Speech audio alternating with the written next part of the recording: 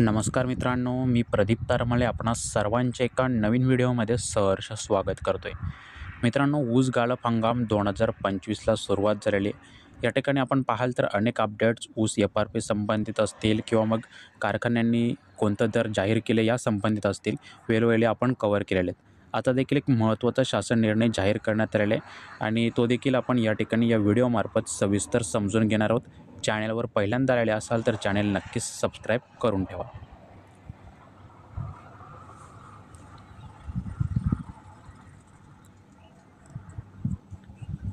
तर मित्रांनो, आता पुढे जाल चॅनल आपण सबस्क्राईब केलं असेल तर पुढे पाहाल तर मागे आपण FRP संबंधित अपडेट्स कव्हर केलं होतं. त्यानंतर अनेकदा आपण दर संबंधित माहिती या ठिकाणी घेतली होती. आता महाराष्ट्र शासनाचा एक नवीन आणि महत्त्वपूर्ण शासन निर्णय जाहीर करण्यात आलेले आहेत आणि त्या शासन निर्णयात कोणती तरतूद केलेली, कशाप्रकारे सविस्तर माहिती आहे ती या व्हिडिओमध्ये समजून घेण्याचा प्रयत्न या ठिकाणी केला जाणार आहे. त्यामुळे शेवटपर्यंत पाहाल तर नक्कीच आपल्या सर्व कन्सेप्ट या ठिकाणी इकडे क्लिअर होतील.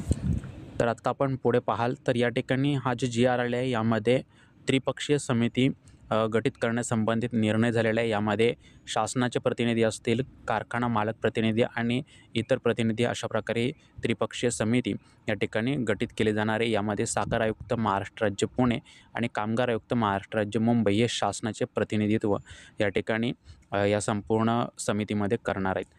ठीक आहे, तर सविस्तर जे काही समिती असणार आहे त्याचे अध्यक्ष कोण काय ते आपण पुढे समजून घेऊ.